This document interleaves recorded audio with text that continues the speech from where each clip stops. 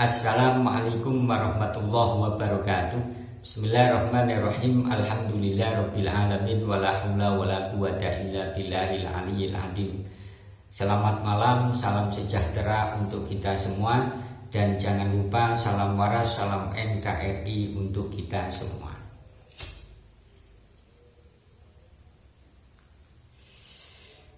Para sahabat semuanya dimanapun Anda berada,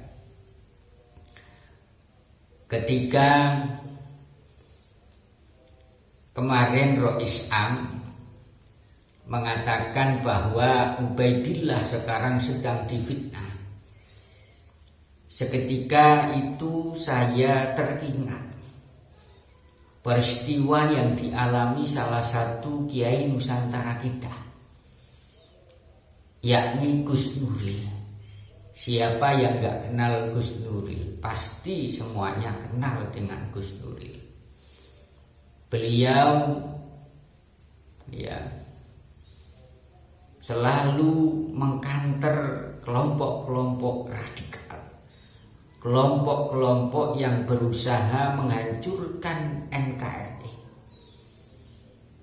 Siapa yang gak tahu Gus Nuril?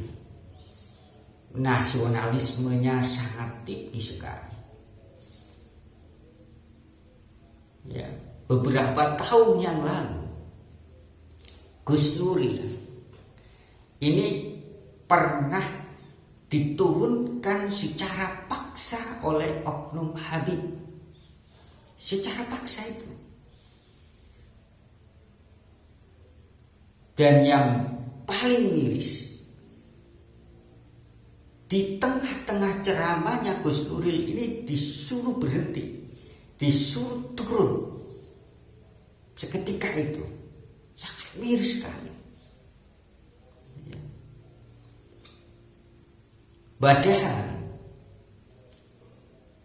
isi ceramah dari Gus Nuril pada waktu itu menjelaskan tentang bahayanya Wahabi.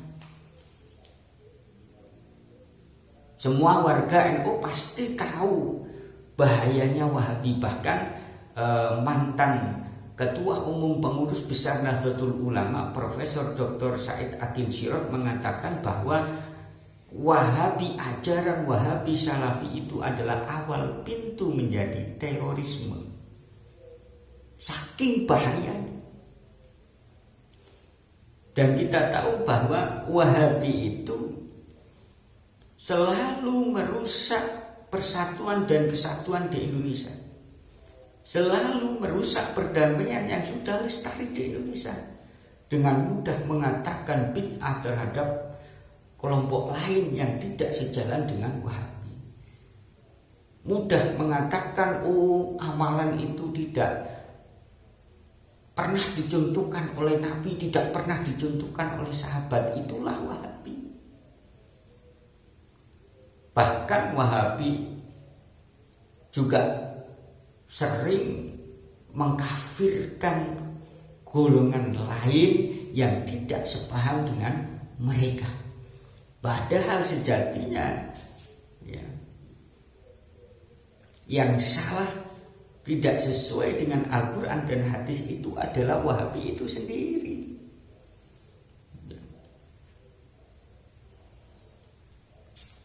Kita lihat di media sosial, sutak-sutak Wahabi menganggap bahwa dzikir setelah sholat jamaah sebagaimana rutinitas orang NU dianggap bid'ah, dianggap tidak ada contoh dari Nabi Muhammad SAW, dianggap tidak ada contoh dari para sahabat Nabi Muhammad SAW.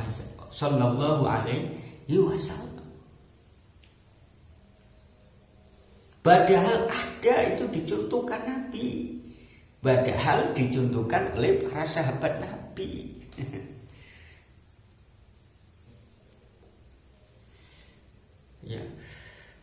Wali Songo dianggap fiktif, padahal Wali Songo itu jelas-jelas ada, buktinya banyak. Makam Sunan Ampel, Sunan Bonang, Sunan Giri, Sunan Gunung Jati, banyak. Prasasti-prasasti peninggalan Wali Songo banyak, kitab banyak, keturunannya banyak kok dianggap fiktif. Ini kan ajaran atau doktrin yang ingin mengusik kedamaian di Indonesia. Jasa mereka apa untuk kemerdekaan Indonesia ini? Jasa mereka apa untuk mengembangkan agama Islam di Indonesia ini? Ya coba, perbuatan Wahabi itu hanya merusak, mengusik persatuan dan kesatuan yang ada di Indonesia. Sehingga ketika Gus Nuril menjelaskan betapa bahayanya doktrin Wahabi, ini kan nggak salah. Ini justru membentengin generasi-generasi kita agar selalu waspada dengan Wahabi. Apa salahnya Gus Nuril kok diturunkan paksa? Kan begitu. Jangan-jangan oknum Habib yang menurunkan Gus Nuril bersekongkol dengan Wahabi. Wallahu a'lam. Di samping menjelaskan Wahabi, isi ceramahnya Gus Nuril ketika diturunkan paksa dari panggung itu menjelaskan betapa bahayanya HTI. Siapa yang nggak tahu HTI? HTI ini adalah aliran yang ingin merubah ideologi Indonesia yang ada di Indonesia. Ingin merubah Indonesia ini, negara ini menjadi khilafah. Ya. Bahaya sekali. Ya. Sehingga kalau HTI tidak dijelaskan terhadap masyarakat umum tentang bahayanya, tentang ideologinya, tentang doktrinnya, maka orang awam akan terbuai dan masuk ke HTI sehingga akan menghancurkan bangsa sendiri, sehingga akan menghancurkan negara Indonesia sendiri. Loh, ini kan bagus sekali gitu loh. Isi ceramahnya bagus sekali. Loh, kenapa diturunkan paksa? Jangan-jangan Habib ini, oknum Habib ini berafiliasi dengan HTI. Kemudian di samping isi ceramahnya Gus Nuril menjelaskan bahayanya Wahabi, bahayanya HTI, bahayanya Ikhwanul Muslim, bahayanya Wahabi, bahayanya HTI. Gus Nuril juga menjelaskan bahayanya Ikhwanul Muslimin. Jelas-jelas isi ceramahnya Gus Nuril ini bagus sekali menjelaskan tentang bahayanya Wahabi, bahayanya HTI, bahayanya Ikhwanul Muslimin. Loh, kenapa diturunkan paksa? Dan pada waktu itu apakah ada kiai-kiai sepuh, mohon maaf, yang membela Gus Nuril? Ya ada, tapi sedikit. Mana? Kok malah sekarang justru ya, jelas-jelas melalui kajian, melalui data, melalui manuskrip, melalui kitab-kitab ulama terdahulu, kemudian hasil tes DNA, bahwa Habib itu mungkotiun mamardudun. Lah kok kita dikatakan memfitnah Ubaidillah? Yang jelas Ubaidillah itu yang memfitnah Nabi Muhammad Sallallahu Alaihi Wasallam gitu loh. Semestinya, ya mohon maaf,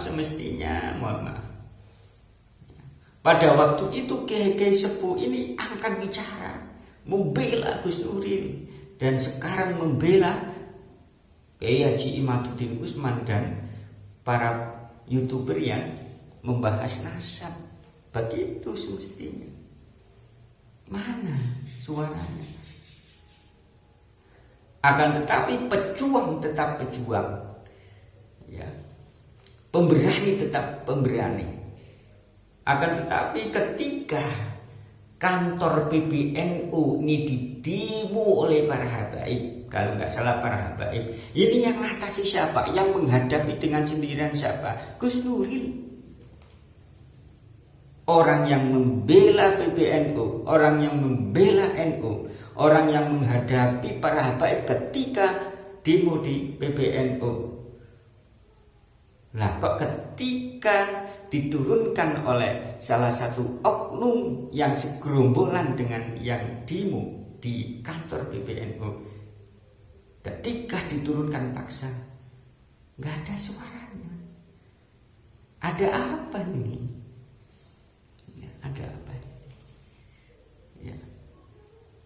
Para sahabat semuanya dimanapun Anda berada, peristiwa diturunkan paksa Gus Nuril oleh salah satu oknum Habib ini saya angkat kembali sekali lagi untuk edukasi kita semua, untuk edukasi anak-anak bangsa, untuk edukasi generasi-generasi kita bahwa jangan sampai kita terbuai dengan kelompok yang mengatasnamakan cucu Nabi Muhammad SAW, ya.